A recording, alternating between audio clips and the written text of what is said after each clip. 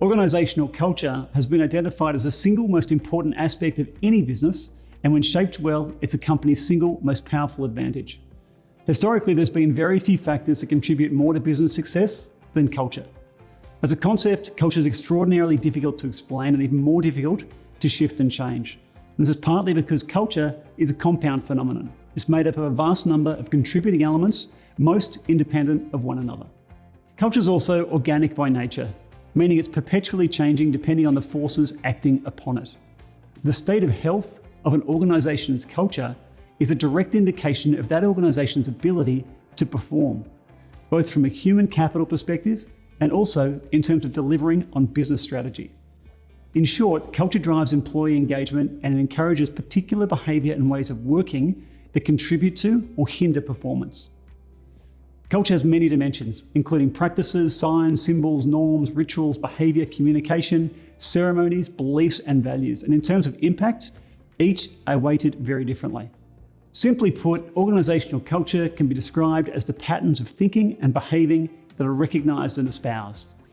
However, at the heart of culture is the issue of core values. And most organisations tend to be very vocal about their core values, displaying them on websites, social media pages, as well as other publications such as annual reports. The unspoken assumption behind this is that core values are defined by top management, and members of the organisation are expected to adopt them. However, the reality is that employees come into organisations with inherited conceptions and worldviews, at the centre of which are embedded values that have become part of their identity. As a result, organisations can be seen as sites of cultural diversity. Therefore, managing and retaining productive employees constitutes one of the critical challenges for business leaders. Today's market is hyper-competitive, and employees expect a lot from the companies they work for. Employee expectations are closely tied to their values.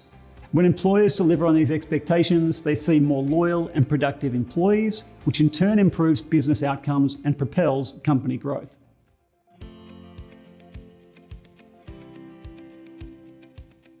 For too long, organisations have measured engagement without analysing culture. This is like measuring how well a car's running without considering its engine. In every instance, the most engaged employees belong to the healthiest cultures. Engaged employees make it a point to show up to work and do more work.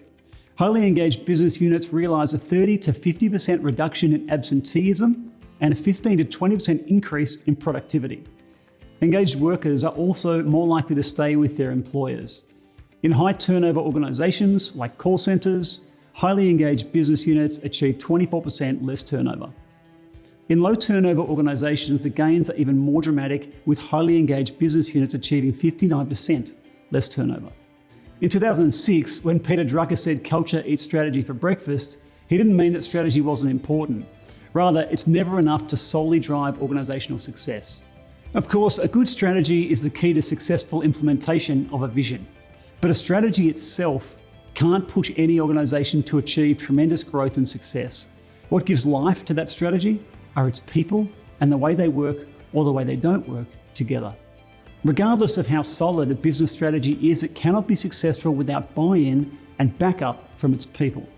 How employees handle pressure situations, how they react to failures, how they respond to challenges, and how they work together plays a significant role in implementing any change or driving any strategy. The environment, the physical and emotional environment in which employees operate, determines what they can achieve. A powerful and empowering culture can enable people to achieve transformational results, while toxic and unhealthy or misaligned workplace attitudes can limit their effectiveness and undermine what they can accomplish.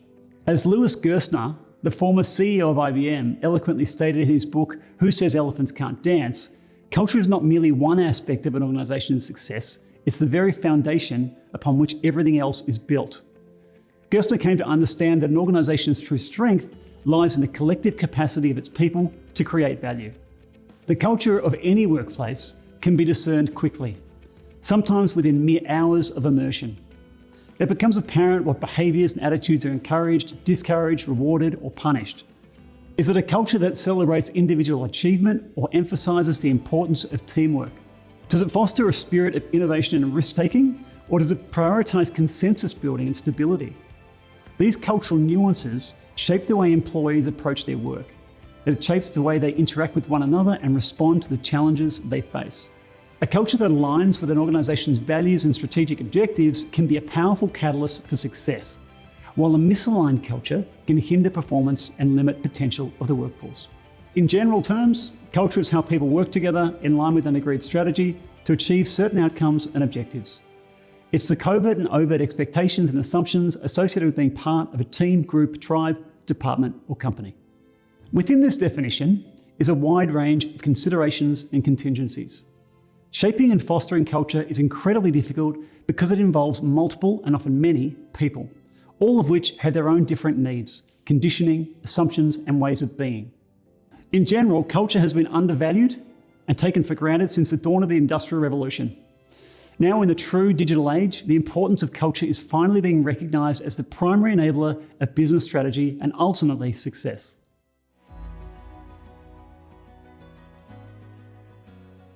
Why culture matters today? Let's answer this question head on. From a performance and financial perspective, culture poses the greatest opportunity and the greatest risk. A well-led, adaptive learning culture will enable an aggressive growth strategy and bind existing talent to the company and attract new talent. A culture left to navigate its own course and take shape organically will lead to poor employee engagement, wasted resource without focus, and drive talent from the business. Culture is a proxy for rules within a community.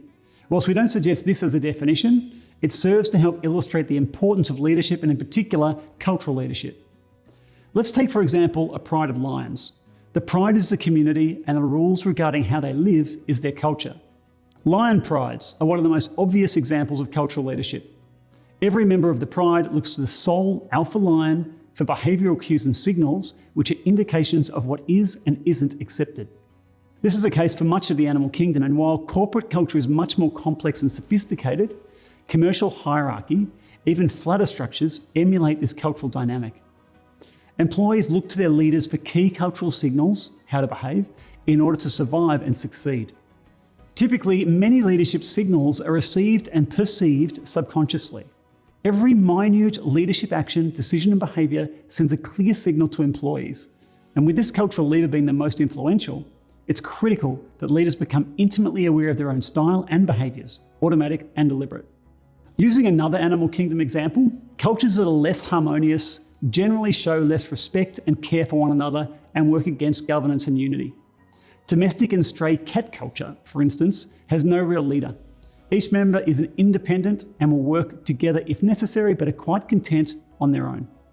Each member is flexible and creative, but they dislike authority and will acquiesce if it is in their best interest.